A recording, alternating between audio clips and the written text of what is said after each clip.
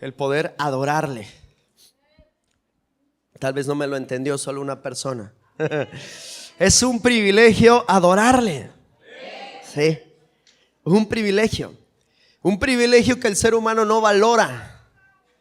El tener la oportunidad de adorar verdaderamente el nombre de Jesucristo, el nombre de Dios, es un privilegio que usted y yo necesitamos aprender a valorar. Porque eso significa que estamos delante de Él, delante de su presencia, y de que todavía hay tiempo y hay oportunidad. El problema es cuando ya no tenemos esa oportunidad, cuando la gente fallece sin Cristo. Y entonces, evidentemente, ahí es donde está el problema, porque viene la muerte segunda para aquellos que no recibieron a Cristo. Y ya no pueden, evidentemente, tener esa oportunidad de salvación. Amén. Y por tal motivo esta mañana yo estaba meditando, preguntándole a Dios acerca de qué compartir y dentro de la semana, y Dios me hablaba algo importante. Repita conmigo: salvación. Hemos tocado muchos temas en realidad acerca de la naturaleza de Dios, de Jesucristo. Hemos hablado una serie de temas del Espíritu Santo, inclusive la naturaleza de los dones, un montón de cosas, pero en particular la salvación, concerniente a la salvación, hay muchas ideas, a veces algunas de ellas correctas, o la mayoría son correctas, pero muchas de ellas son incorrectas. Y esa clase de ideas en ocasiones no nos permiten crecer, solamente nos permiten tener en nuestro pensamiento en ocasiones pretextos para no buscar la santidad, o para decir, bueno, soy una persona, soy ser humano, y entonces como ser humano pues tengo que pecar, ¿verdad? Cuando en realidad no es así.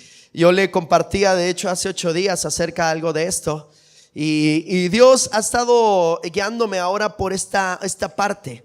Y quiero iniciar con el Evangelio de Mateo capítulo 1 versículo 21, por favor.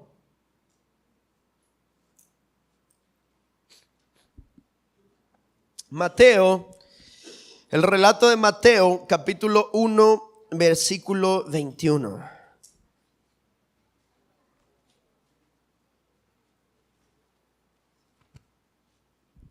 Los que estén ahí, díganme amén, o aquí estoy, lo que guste.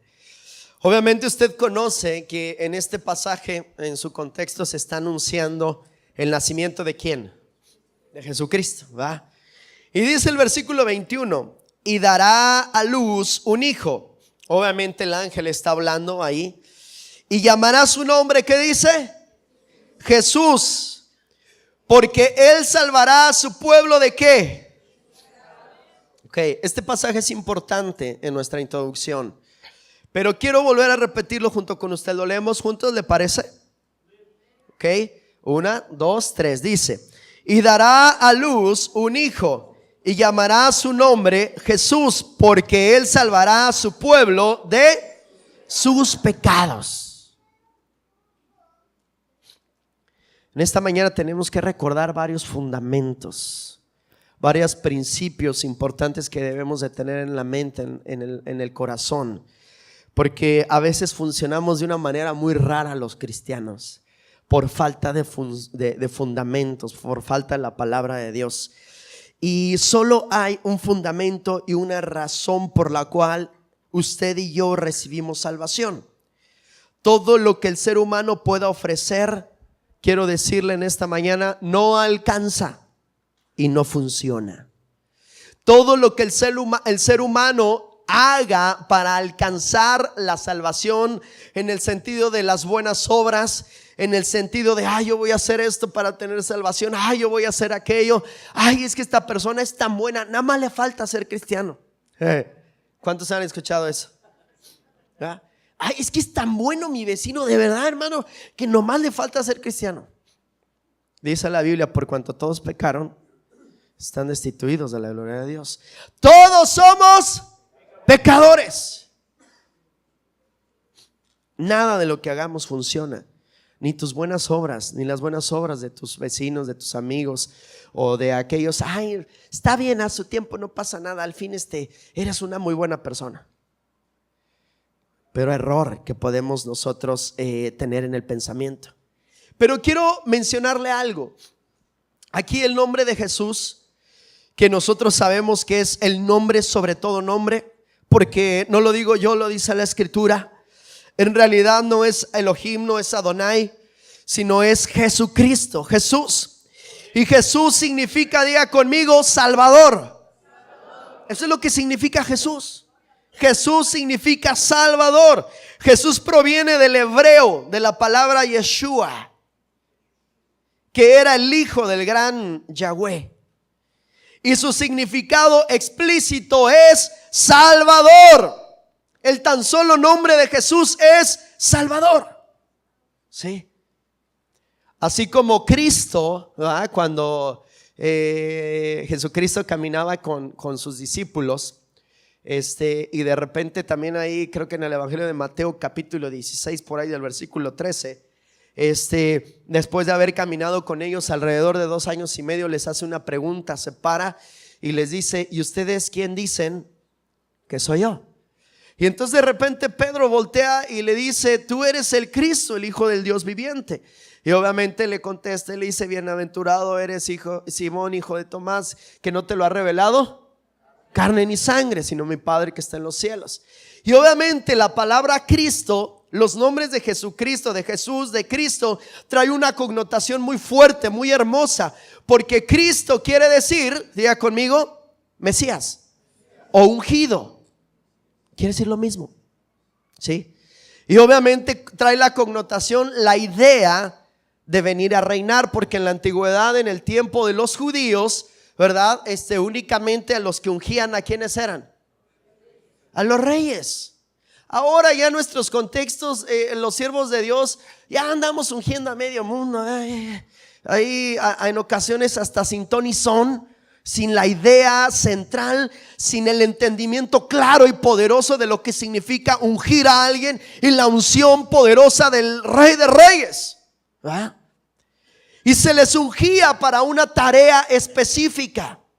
En este caso, a los únicos que se ungían eran a los reyes o a los sacerdotes, porque ellos tenían, en el caso del rey, tenía que gobernar, tenía que gobernar, ¿sí? Entonces cuando Pedro dice: tú eres el Cristo, wow, el Hijo del Dios viviente, tú eres el que viene ¿a qué? A gobernar. Y aquí en este caso, ¿verdad? Cuando le es anunciado ahí a María, a José, el nacimiento de Jesús, le dice: y le llamará su nombre Jesús. Pero ahí en medio del pasaje, versículo 21, hasta le dice el por qué. Porque Él salvará a su pueblo de sus pecados. Esa parte subráyele. Él salvará a su pueblo de sus pecados. Subráyala ahí en su Biblia, en su teléfono. No se puede. No, sí se puede, ¿cómo no? Disculpe usted, ando un poquito malito de gripa, pero aquí estamos. Y entonces, eso significa Jesús, salvación.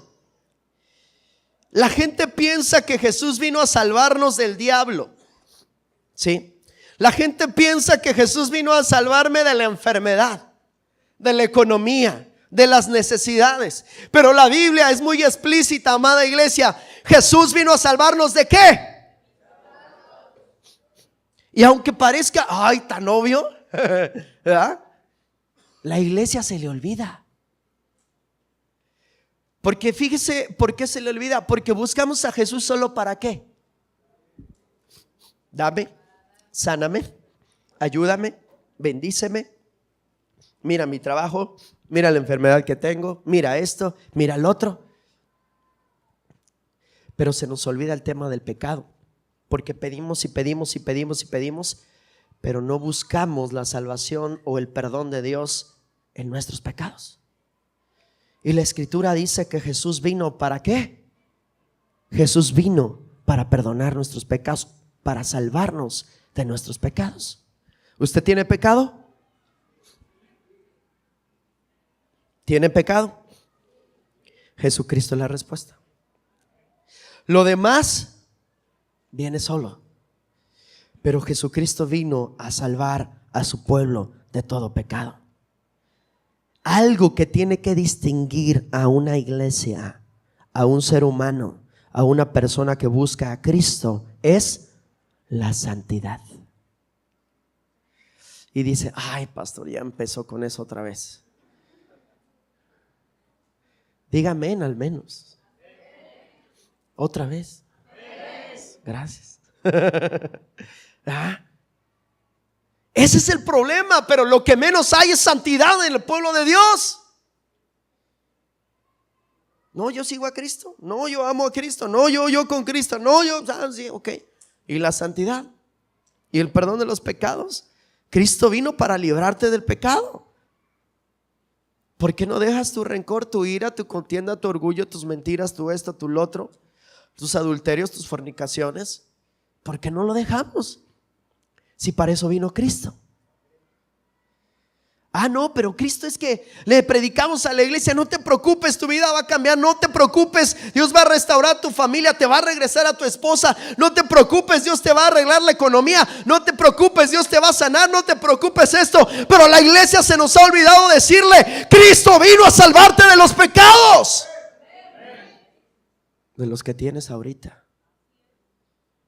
¿Y qué serio es esto? Porque el pueblo de Dios tiene que permanecer buscando el rostro de Dios, clamando, porque es difícil para nosotros, pero Dios ya lo hizo y ganó la victoria.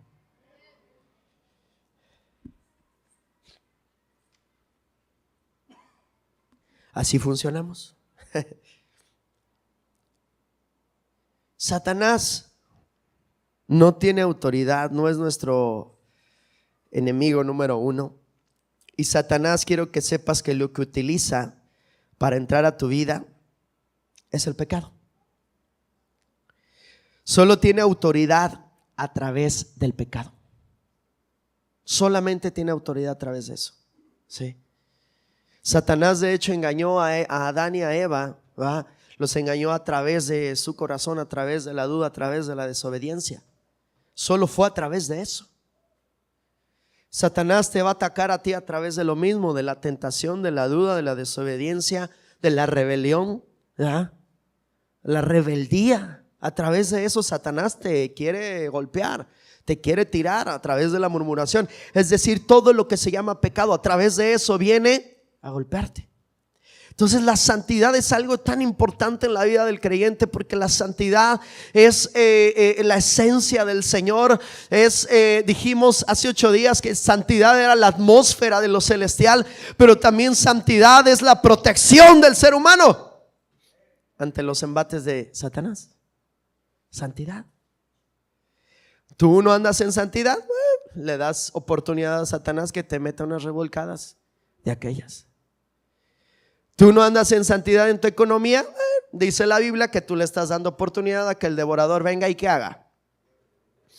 Devore tu economía. Sencillo. Tú no andas en santidad, andas con adulterios o fornicaciones. ¿Qué le estás dando oportunidad a Satanás para que venga y te truene en tu vida, a tu familia, cause el divorcio, cause todo? Así es. Sí. La falta de santidad en la iglesia produce serios problemas, además de la separación con Jesucristo, de la intimidad con Cristo. Y luego nos preguntamos: ¿por qué mi vida está así? ¿Por qué tengo escasez? ¿Por qué tengo esto? ¿Por qué tengo lo otro? ¿Por qué tengo aquello? Repite conmigo: por falta de santidad. Ya te expliqué por qué.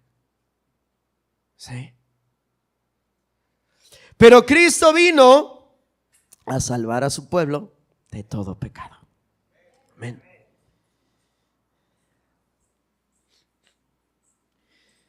Y por lo mismo, la mayoría de nosotros conoció a Cristo en medio de una crisis y conoció la bondad de Dios. Pero el gran error de las personas es medir la salvación en comparación a la bondad de Cristo. A lo mejor muchos de nosotros decimos, hermano, pues me está yendo bien. Esa es la otra o el otro engaño. Uno, por falta de santidad que nos golpea, ¿verdad?, en muchas áreas de nuestra vida. Y el otro engaño que también puede suceder es hasta el otro extremo. Yo he experimentado la bondad de Dios. Fíjese que en mi trabajo me va muy bien. Fíjese que lo que hago me va muy bien. Hombre, Dios es bueno. Yo tengo salvación. ¿Está seguro? Porque a cuántos de los leprosos, ¿verdad?, cuántos de los leprosos que Jesús sanó, ¿cuántos regresaron? De los 10 leprosos, 1. Y además regresó el menos indicado, según la ley.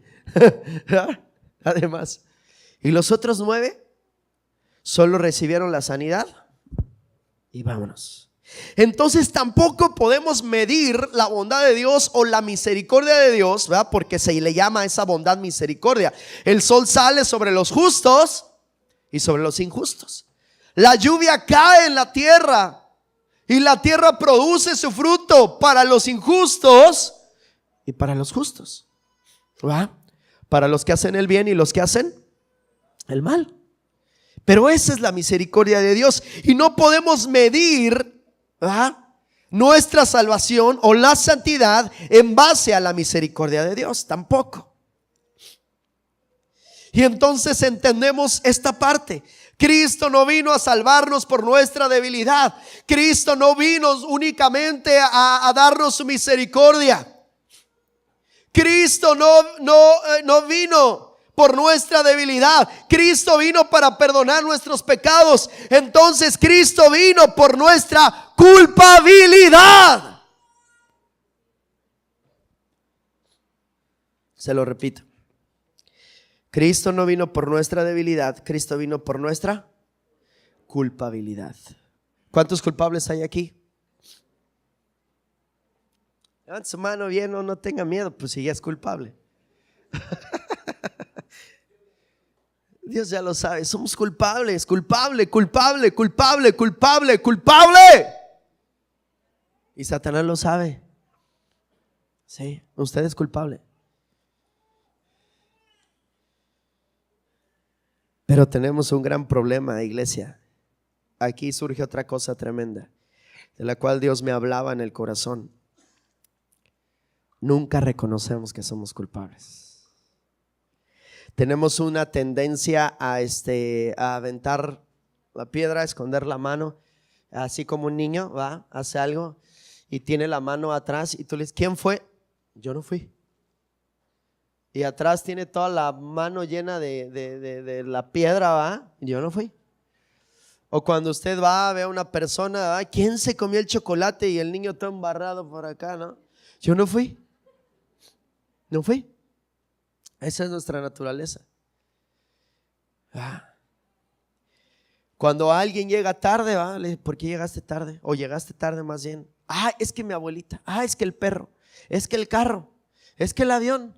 Es que Enrique Peña Nieto. Es que el gobierno. Es que siempre hay un pretexto. Pero nunca hay algo tan sencillo. Sí, perdón, llegué tarde. Tengo un error en el tiempo, en la indisciplina. Lo asumo, voy a cambiarlo.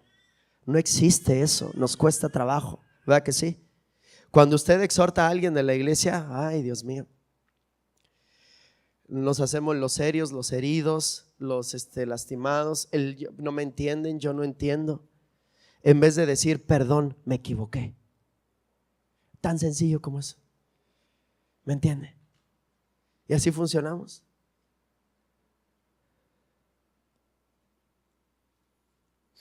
¿Qué vamos a hacer contra todo esto? Hay algunas facetas dentro de todo esto y quiero compartir este tema acerca de esto con estas verdades fundamentales que tú y yo tenemos que reconocer. Porque la paga de nuestra deuda legal fue cubierta por el sacrificio de Jesucristo. La paga de nuestra deuda legal fue cubierta por Dios. Y entonces esto nos lleva a entender algo, amada iglesia. Siempre tiene que haber un pago. Repite conmigo. Siempre tiene que haber un pago para el pecado. Siempre hay alguien que paga.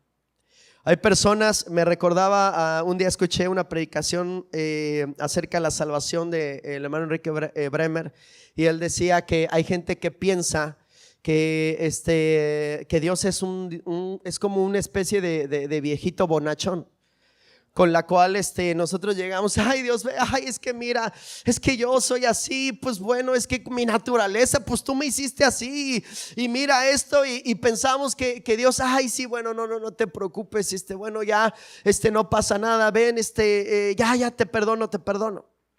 Y nosotros tomamos a la ligera lo que realmente significa el pecado y lo que realmente significa el que Él nos haya salvado. Y este fundamento es poderosísimo. Iglesia, siempre se necesita un pago para el pecado. ¿Estás consciente de ello? Siempre se necesita un pago. Dios no es ese viejito bonachón, ¿verdad?, que dice, ay, sí te perdono. No. El Dios todopoderoso es 100% justo y poderoso. ¿Sí? Es un Dios consumidor. Por eso, si revisas el Antiguo Testamento, encontrarás que muchos murieron delante de la presencia de Dios. Aquel que pecaba y no se arrepentía, en aquella rebelión, hasta la tierra se abrió, y dice la palabra de Dios que bajaron, descendieron juntos, vivos en carne, al Seol, al mismo infierno. Porque Dios es un Dios consumidor, que no se te olvide, es un Dios justo. Entonces, el no entender, el no valorar la salvación, el no valorar el perdón de pecados, nos hace a nosotros ser personas insolentes en la presencia de Dios. Y por ser personas que somos bonachón, bueno, voy a pecar, al fin Dios me perdona, no pasa nada. Costó la sangre del Cordero de Dios. ¿Y sabes qué importantísimo es eso? Muy fuerte.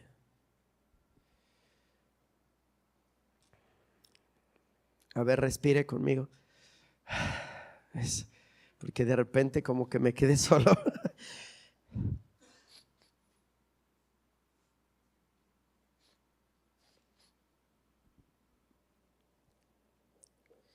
Tienes que saber, siempre hay alguien que paga. Para que alguien reciba el perdón, siempre alguien tiene que pagar. Y Dios siempre perdona a precio de sangre. Y para perdonar, tuvo que manifestar su justicia enviando a Jesucristo. Lo hizo.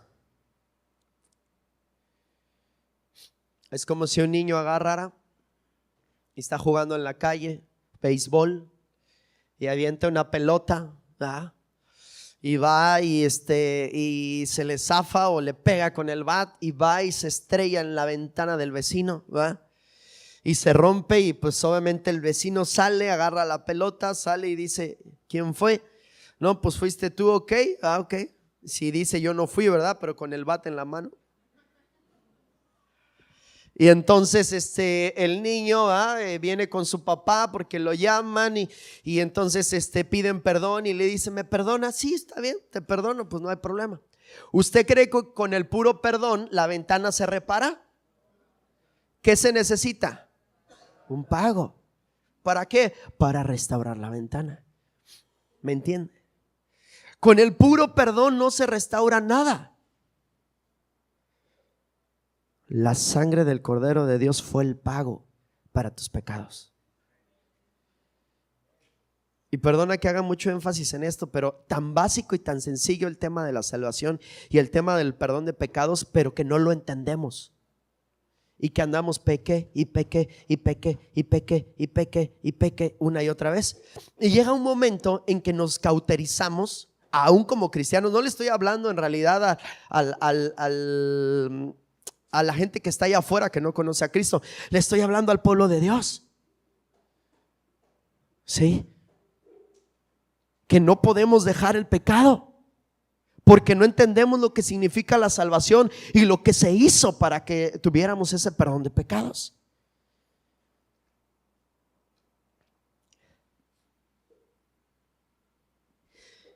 Dios siempre perdona a precio de sangre. y para perdonar tuvo que manifestar su justicia. Y entonces tenemos que entender que su deuda, la deuda de usted, mi deuda, ya fue pagada.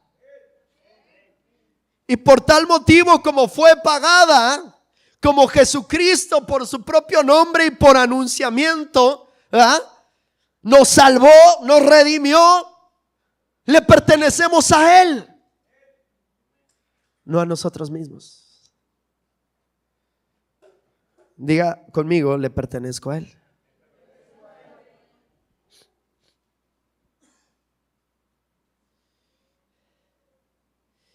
Y regresando al punto de esto,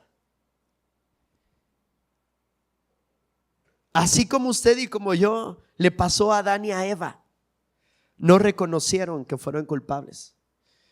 Qué distinto hubiera sido, yo no sé por qué o qué pasó, pero Dios cuando llamó a cuentas a Adán y le dijo: Adán, ¿dónde estás? ¿Por qué te escondes? Y empieza el relato, ¿verdad?, y lo empieza a cuestionar. Dios ya sabía qué era lo que había pasado.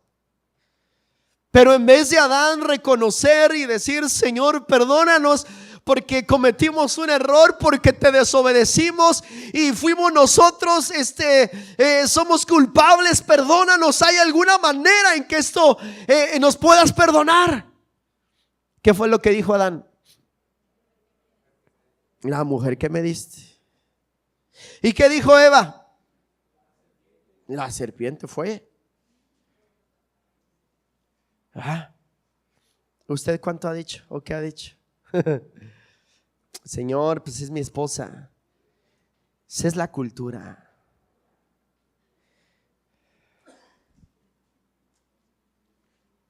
¿O usted es de los que dice: así soy y qué?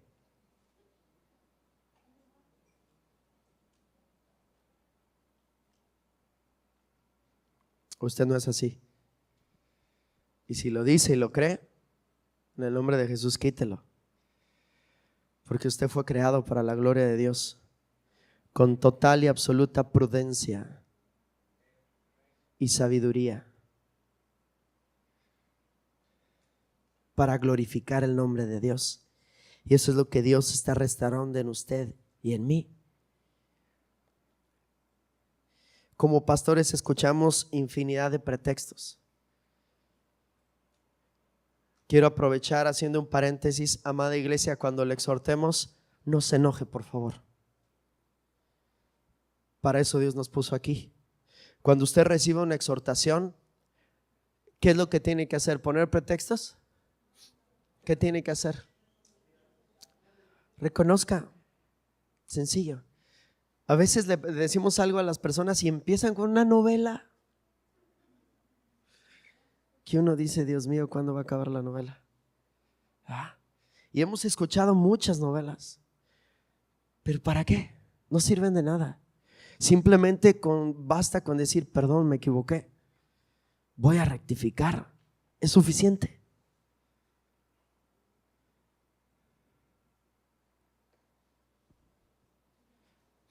Nos hacemos los enojados, nos hacemos los sentidos, nos queremos ir de la iglesia, ¿verdad? No, y además de eso vamos con el hermano para buscar empatía. Fíjate que... Y el otro: sí, no, pobrecita. Y los culpables, pues evidentemente se saca el que le exhortó. Porque recuerde usted que no solamente recibimos exhortación de los pastores. Dice la Biblia: exhortándoos unos a otros. Entre ustedes se pueden exhortar en el amor del Señor, por supuesto. Exhortándonos: hermano, siga adelante, hermano, échele ganas, hermano, aváncele, hermano, venga.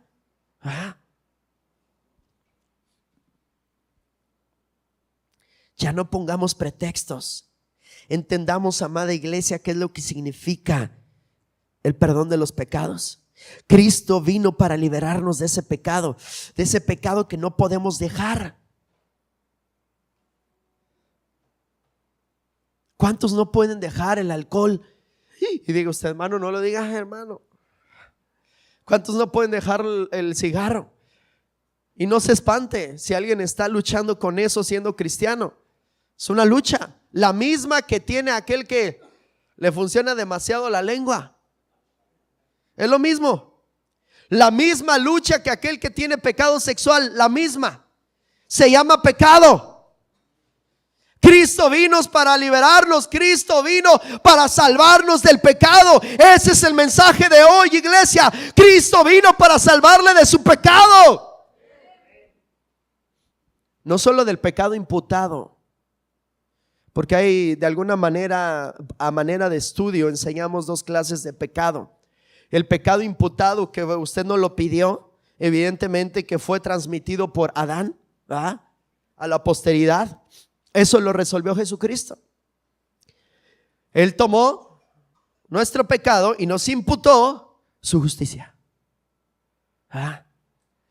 Pero no es solo eso, sino usted ya tiene esa santidad. Dios lo llama justo. Dios lo llama santo. ¿Cuántos lo saben? Delante del trono de Dios, usted y yo somos santos, somos justos. ¿Pero por qué? Por el intermediario, por Jesucristo, por la sangre del Cordero de Dios. Pero ese es el inicio. Eso significa entonces que yo puedo hacer lo que quiera, puedo estar pecando y entonces no hay problema porque Cristo siempre me va a tratar de justo. No, cuidado. Ese es el inicio. Y ahí es donde está nuestro mensaje el día de hoy, en esta mañana. Busque la santidad, iglesia. Sea santo. Porque Dios es un Dios consumidor. No se le olvide. Es amoroso, es misericordioso, dador de gracia, pero es consumidor.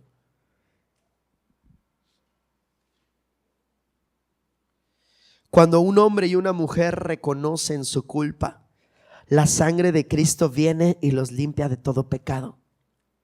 Primera de Juan nos dice, creo que es Primera de Juan 9, si confesamos nuestro pecado, Él es fiel y justo para perdonarnos. Pero ¿sabe usted qué significa si confesamos? Diga conmigo, si confesamos. Significa estar de acuerdo. Estoy de acuerdo con Dios en que tu palabra dice que soy pecador. Sí, lo soy. Lo reconozco. Hay personas que piensan que el perdón, en el perdón es, Señor, solo perdóname y que no tengo que decir mis faltas. La Biblia dice si confesamos, si estoy de acuerdo. Cuando alguien va y le pide perdón a otra persona y dice, no, es que tú ya vas a sacar todo lo que te hice. Confiesa tus pecados. Porque es muy fácil decir, si te hice algo, perdóname. Y el que está del otro lado dice, ¿de verdad es un arrepentimiento genuino? No, uno tiene que llegar, Señor, perdóname porque hice esto, porque hice aquello, porque yo no sé qué estaba pensando, pero hice esto, hice lo otro y soy un miserable.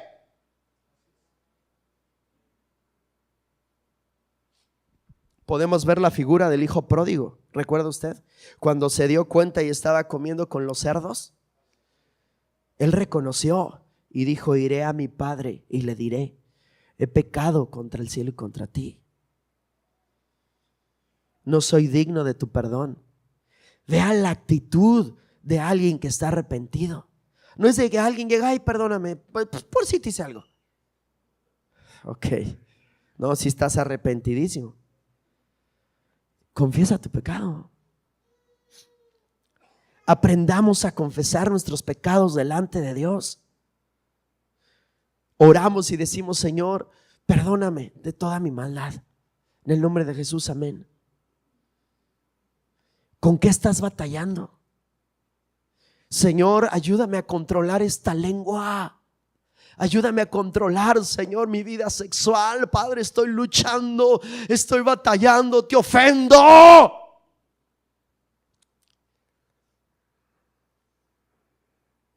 Señor, ayúdame a controlar mis ojos vagabundos. Señor, ayúdame a controlar mi orgullo. Y las mujeres no volteen a ver a los hombres, porque ahí viene para las mujeres. Señor, ayúdame a controlar mi pensamiento. mis novelas, mi orgullo, mi hostilidad. Dice la Biblia, recuerde la mujer sabia. Sí se lo sabe. Mas la necia. Y entonces, ¿por qué son tan hostiles, amadas hermanas?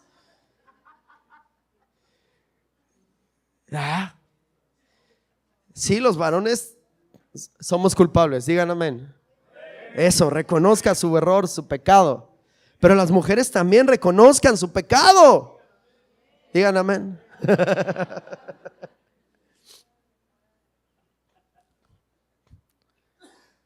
Y hay unas mujeres que no dijeron amén, dijeron ay hermano. A ver, las mujeres digan amén. Ahora sí se oyó, ya ve. Es tiempo, amada iglesia, es el tiempo en el que Dios quiere de verdad que usted experimente el que sea libre de pecado. No importa que usted evidentemente tenga una naturaleza caída. No importa. Quizá va a cometer errores, probablemente, pero la escritura dice en primera de Juan, en la carta, y lo leímos hace 8 días, lo estudiamos de hecho, si nosotros permanecemos en Él y Él en nosotros, no peca, no peca. Si usted permanece en Él y Él en nosotros, usted no va a pecar, y la santidad va a ser real en su vida. No solamente alguien que esté ahí haciendo posible eso. Gracias a Dios y a Cristo por su sangre nos da la posibilidad, y en su sangre, además de llamarnos justos, en su sangre tenemos la posibilidad de ser libres del pecado.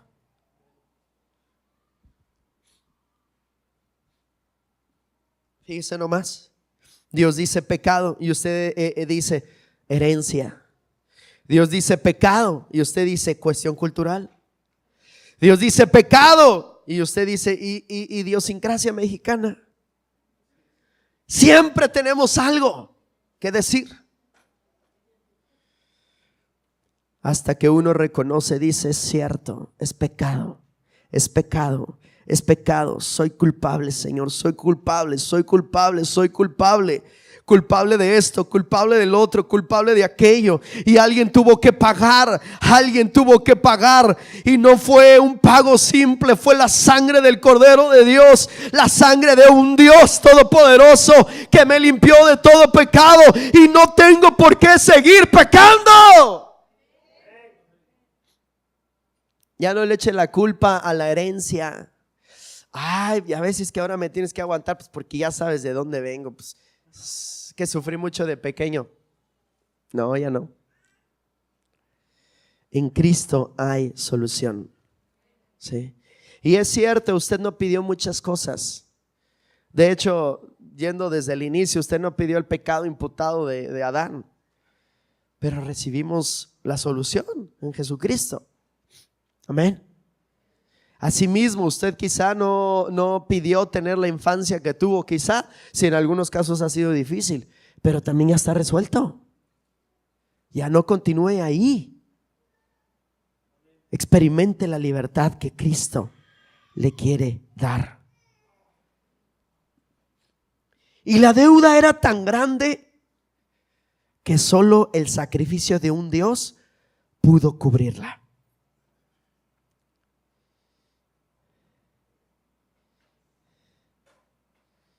Y entonces usted no podrá o no puede comprender la gravedad del pecado hasta que usted ve la santidad de Dios.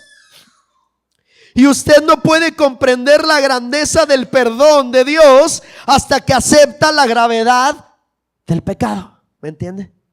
Vuelvo a repetírselo. Usted no puede comprender la gravedad del pecado hasta que usted ve la santidad de Dios. Y usted no puede comprender la grandeza del perdón hasta que acepta la gravedad del pecado. Acompáñeme a Romanos capítulo 11 versículo 30. No se preocupe, ya me falta poquito.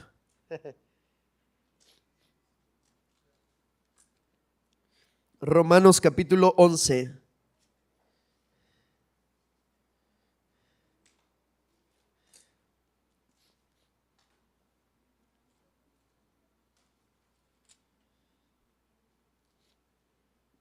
Vamos a leer desde el versículo 30.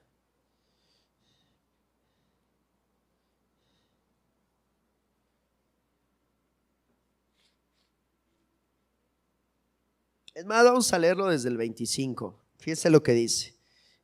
Ya hablando un poquito más en contexto. Porque no quiero, hermanos, que ignoréis este misterio, para que no seáis arrogantes en cuanto a vosotros mismos.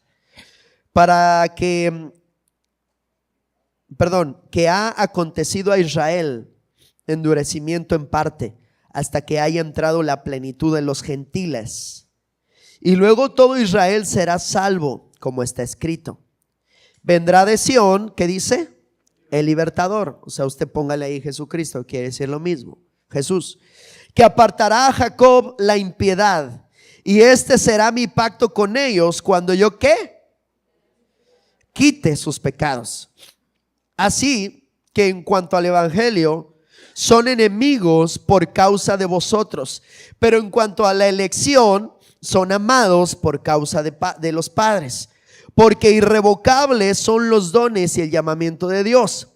Pues como vosotros también en otro tiempo erais desobedientes a Dios, pero ahora habéis alcanzado misericordia por la desobediencia de ellos, así también estos ahora han sido desobedientes, para que por la misericordia concedida a vosotros, ellos también alcancen misericordia. Porque Dios sujetó a todos en desobediencia. Oh Dios. Porque Dios sujetó a todos en desobediencia para tener misericordia de todos.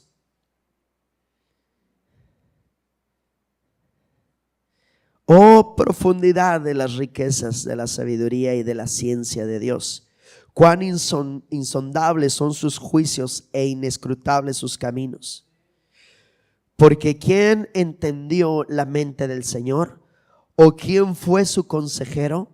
¿O quién le pidió a él primero para que le fuese recompensado? Porque de él y por él y para él son todas las cosas. A él sea la gloria por los siglos. Amén. Un pasaje complicado, porque dice la Biblia que Él nos sujetó a todos por desobediencia. ¿Sabe cómo lo hizo? Enviando la ley para que nadie pudiese cumplirla.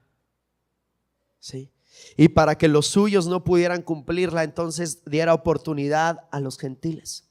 Pero como ha tenido misericordia de los gentiles por la gracia, entonces por ellos, por nosotros, va a tener misericordia para con los suyos. Eso es lo que está diciendo. El punto que tenemos que entender aquí es que Dios puso y estableció la ley y sus principios para que el ser humano, a través de su libre albedrío, se diese cuenta de que no puede cumplir la ley y se diese cuenta de que somos culpables, de que somos pecadores, de que no somos íntegros. Entonces esto nos trae algo importante en esta mañana para usted y para mí. Dios desea, Dios planeó que usted reconociese su pecado. Reconozca su pecado. Y el pastor no quita el dedo del renglón. Reconozca su pecado. Y quizás hasta el final, ya que terminemos allá, me voy a parar en la puerta y le voy a decir: reconozca su pecado. Reconozca su pecado. Reconozca su pecado. Porque ese es el problema real del ser humano. No reconoce nada. Ahí andamos tapando el pecado para que no lo vea el pastor o el hermano. ¿Sabe cómo lo cubrimos? Con pretextos, justificaciones. Reconozca, iglesia, porque queremos santidad. ¿Verdad que sí? Queremos santidad. Quiero santidad. Quiero santidad. Señor, yo le decía a Dios: Padre, yo quiero santidad. Yo quiero santidad. Y Dios me decía: reconoce tu pecado. Reconoce. ¿Quieres santidad? Sí, reconoce tu pecado.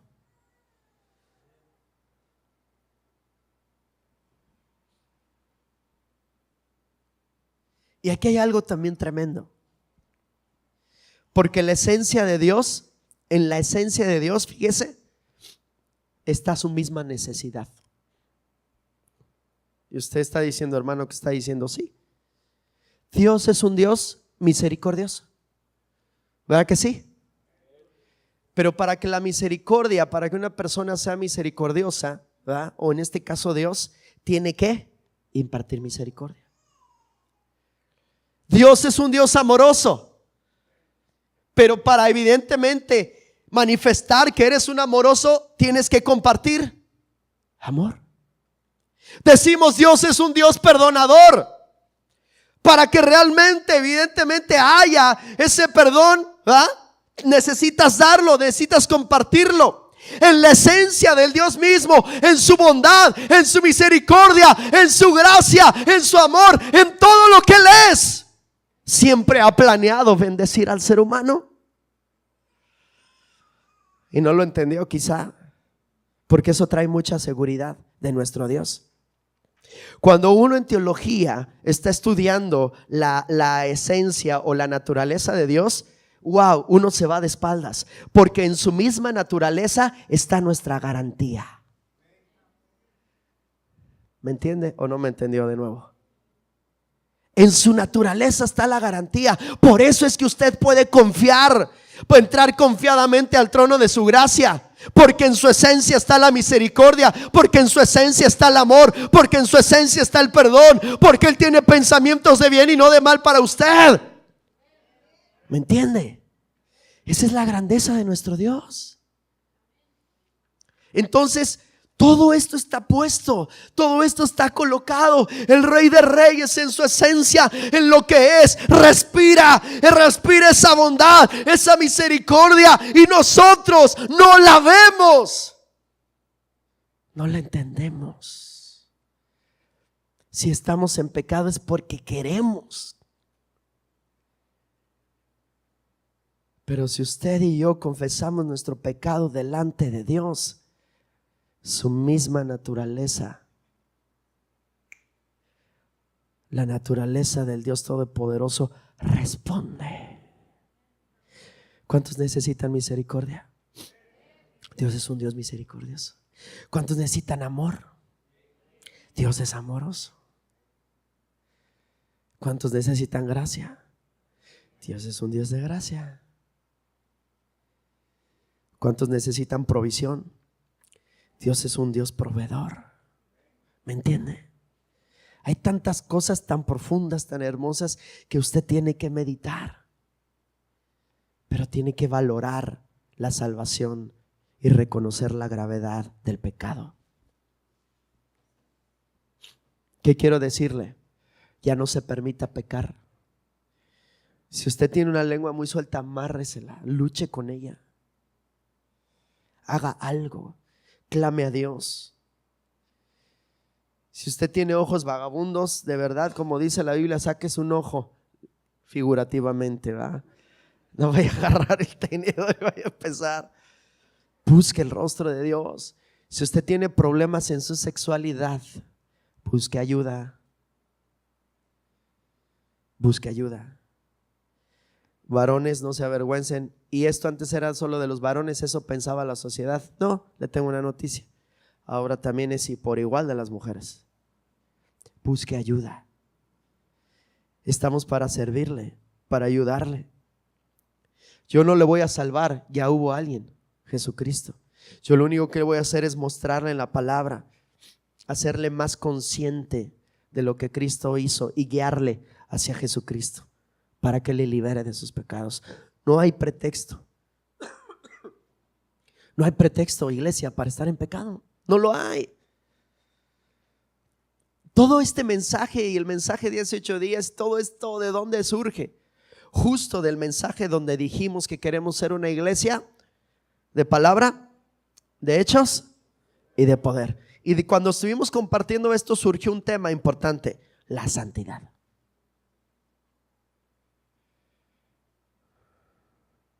¿Cuántos pelean por su santidad cada día? Minuto a minuto o segundo a segundo. Porque el grosor de las personas salimos, pecamos, venimos a Cristo. Ay, Señor, perdón. Y ya, ok. Vamos otra vez, pecamos. No hay lucha. Porque no hay conciencia. No hay conciencia. Sí, ya hubo alguien que pagó. ¿Cómo se llama? Jesucristo. ¿Qué? ¿Jesucristo o se le dice Jesús? Ni entendemos qué significa. Pero esa simplicidad y esa insolencia delante de todo lo que hizo Dios en la cruz del Calvario, déjeme le digo algo, lo va a llevar al infierno. Y perdóname que se lo diga así de claro, pero es necesario. Así de claro. Mire, yo no soy mucho de esto, pero he escuchado testimonios y se lo voy a mencionar porque, pues bueno, se lo tengo que decir. Fuimos a una iglesia en Tabasco, ya con esto estoy terminando. Y en la iglesia, el hijo del hermano, que ya es un señor maduro, que fue el que nos contactó, Rómulo se llama. Ellos son cristianos y ellos buscan a Dios y han servido a Cristo. Y él nos contó algo muy tremendo que yo no lo creería. He escuchado testimonios de esos, pero son bien complicados. Dice que Dios le permitió caer a su esposa durante 3 días que no se explicaban qué era lo que tenía la esposa, pero ella no podía ni hablar y solo balbuceaba. Estaba así, y que tenía los ojos cerrados, y que ella lo único que hacía era estar ahí, y que curiosamente nada más le ayudaban para levantar para ir al baño. Pues resulta que obviamente mandaron llamar al doctor, y el doctor llegó, le checó presión, le checó todo lo que le tenía que checar físicamente, y el doctor dijo: está sana, no tiene nada, no tiene nada. Pero después de todo esto que sucedió, su esposa, ya cuando se levanta de eso, se levantó con un llanto y con una experiencia muy profunda. Dice que Dios la hizo caer en una situación profunda que la llevó al infierno. Y yo no sé si usted lo vaya a creer o no lo vaya a creer, ¿verdad? Y yo también me quedé igual que usted, lo creo o no lo creo. Pero el hermano me enseñaba el video de su esposa en cama. O sea, ya de primera mano conocí a la hermana y platicamos, y de primera mano nos contó su experiencia. Y yo dije: ay Dios, ¿será, no será? No sé, pero por si las dudas hay que revisar el tema.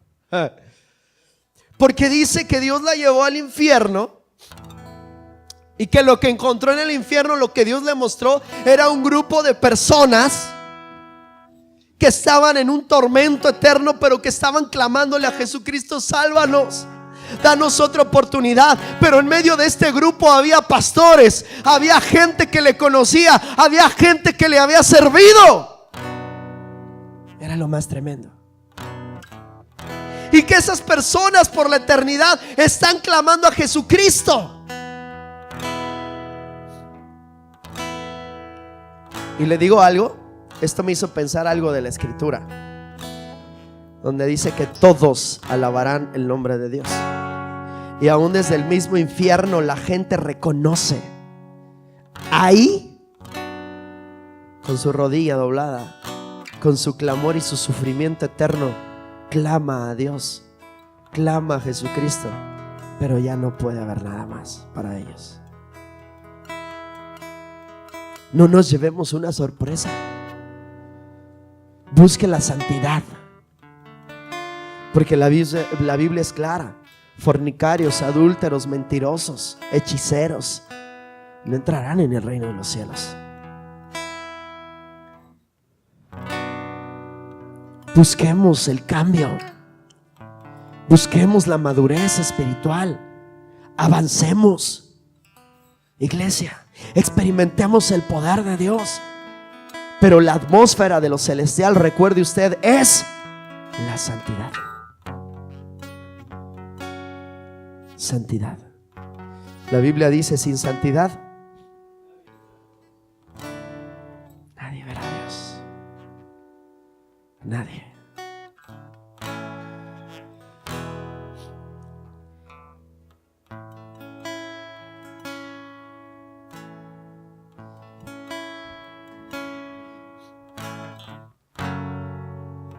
Juan 3:16, ¿recuerda usted ese hermoso pasaje? Porque de tal manera amó Dios al mundo, que dio a su Hijo unigénito, para que todo aquel que en Él cree no se pierda, mas tenga vida eterna. Yo no sé por qué razón, pero el Espíritu de Dios hoy me da este mensaje para usted. Alguien que conoce a Cristo, que tiene la salvación, me pone a compartirle a usted de la salvación.